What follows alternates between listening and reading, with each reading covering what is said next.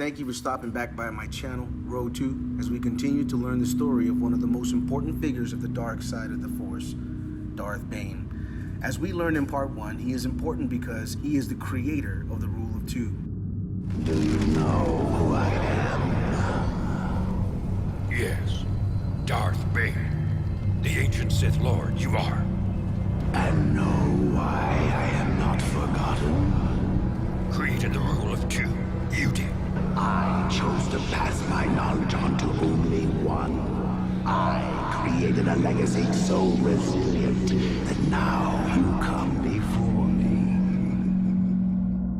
And in this novel, Darth Bane, Path of Destruction, the novel of the Old Republic written by Drew Karpyshyn, we get his backstory and who he was before becoming the Dark Lord of the Sith. If you didn't get a chance to be with us for Chapter 1, please go back and take a look at it and give it a thumbs up. Also, please subscribe and help my channel to Rise. So Chapter 2 opens with Des, aka Darth Bane, getting a ride in a Land Cruiser back to the Apatros colony. He was exhausted and the adrenaline had drained him completely, which also left him hyper aware of the stiffness and soreness of his body. The foreman who Des reported the fight to had sent him home and suspended him without pay, effective immediately, and ordered the transport to take him back to the colonies. "We've got to make an example of you this time, and he cannot work until Gert is healed up and back on the job," the foreman said to Des. Des had figured it would be 4 to 5 days until Gert would be able to handle a hydraulic jack again. The on-site medic was able to reattach his thumb, and Des figured after a few days of Colto injections and cheap meds, Gert would be back at it. Des knew that some Bacta therapy would help him get back in a day, but Aura wouldn't spring for it unless Gert had miner's insurance. Few miners ever reached their golden years, and the tunnels claimed many, burying bodies in cave-ins or incinerating them when somebody was trapped in a pocket of explosive gases trapped in a rock. When Des's father died with no insurance, all Des got out of it was the privilege of taking on his father's accumulated debt. Des's dad had spent more time drinking and gambling than he had mining. Des's dad would often have to borrow credits from Oro at an interest rate that would be criminal. The debt just kept piling up, but Hurst didn't care. He was a single parent trapped in a brutal job that he despised and had given up any hope of escaping. This is how they got you. They would work you to exhaustion, dull your senses, numb your will into submission, but this wasn't going to work on Des.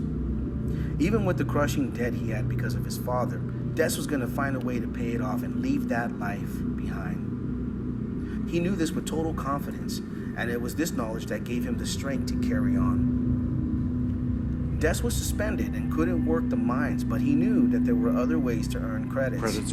He made his way through the seats of the transport over to the front where the pilot was and asked him in a nonchalant way, "Any ships come in to the spaceport today?" The pilot answered that a cargo ship had touched down a few hours earlier in the day. A military cargo ship.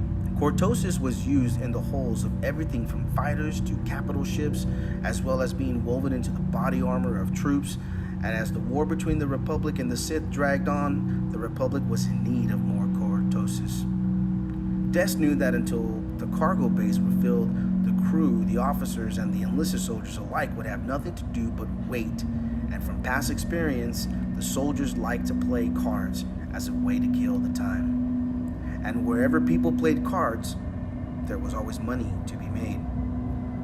The cantina didn't have a name, and nor did it need one because no one had ever had any trouble finding it. Apatros was a small world and there were very few places to go.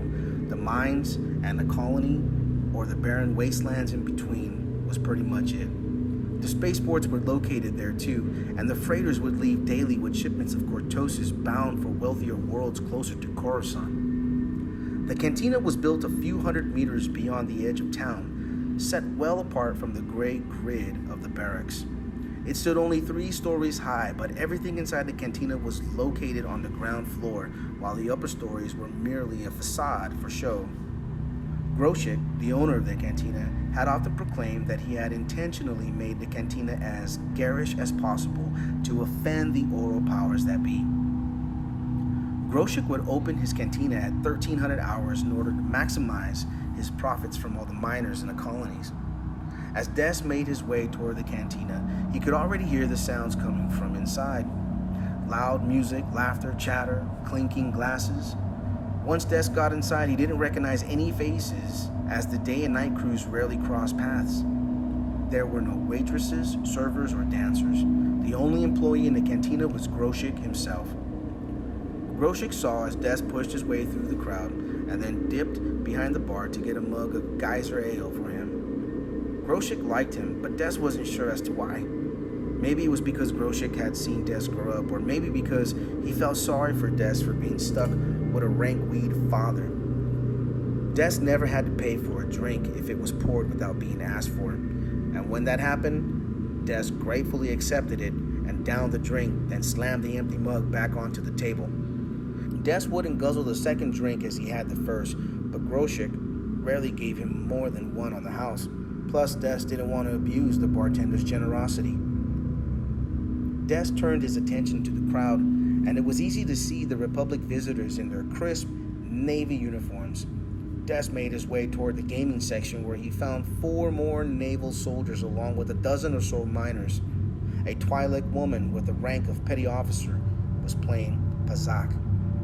A young ensign was sitting at the sabacc table talking loudly to everyone around him. 2 more officers, both human, 1 male and 1 female, also sat at the sabacc table.